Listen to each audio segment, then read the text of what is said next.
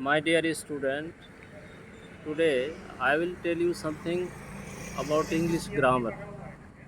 Especially today I am addressing those students who has become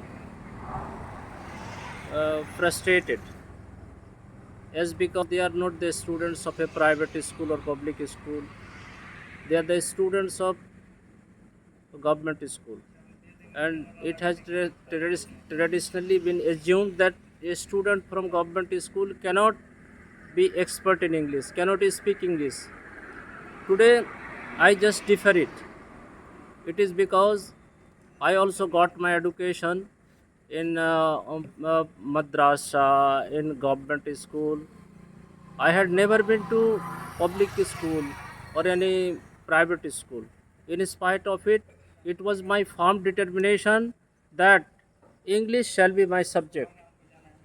I will learn English, I will teach English, I will take my higher qualification in English, and accordingly I did it my matriculation, intermediate, BA honors in English, MA in English. Thereafter I got myself, you know, engaged as a teacher of English in Raza High School, Patna, and even I taught there as a teacher for about 8 years continuously. In spite of it, you will be surprised to know that I served at BD Public School, Buddha Colony, as an English teacher there. In spite of it, I could not restrain myself. I got my LLB degree. I became the lawyer in 1991, and since then I have been practicing as an advocate here at Civil Court Katihar. Today, I am encouraging those students who have become frustrated that they can never learn English, they can never speak English. Coming to the point, today I will differentiate different parts of English grammar.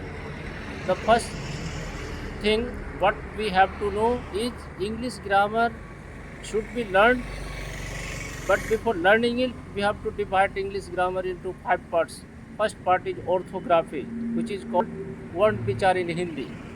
In this chapter we learn A, B, C up to Z. There are 26 letters in English. Who told us? It is orthography chapter through which we came to know that there are only 26 letters. These 26 letters are here in England, in America, in India, and everywhere in the world, because English grammar is very much related to the whole world. It being an international language. The second chapter of English grammar is etymology, which is related to words, and word is the combination of letters. Simply we have to know this thing now. Thereafter we shall explain it in future uh, broadly. The third chapter of English grammar is syntax. Syntax is related to Vakya Vichar, related to sentence. How many types of sentences are there in English? How we shall study sentences, and all these things are there in syntax. Then comes punctuation. The fourth chapter of English grammar is punctuation, and punctuation is very much related to the full stop, comma, question mark, hyphen, dash, all these things.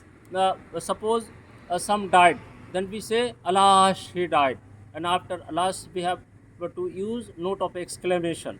So all these are the things which can be had in the chapter, which is punctuation. And the last chapter of English grammar is prosody, which is related to the writing of a poem.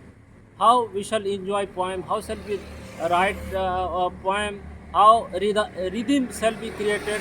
All these are there. Suppose there is a there is a poetic lines which I want to repeat, as woods are lovely, dark and deep, but I have promises to keep, and miles to go before I sleep, and miles to go before I sleep.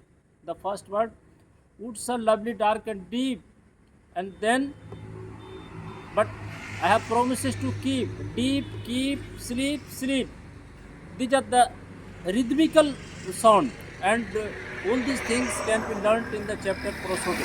So for today, this is enough, and thereafter since today I'm starting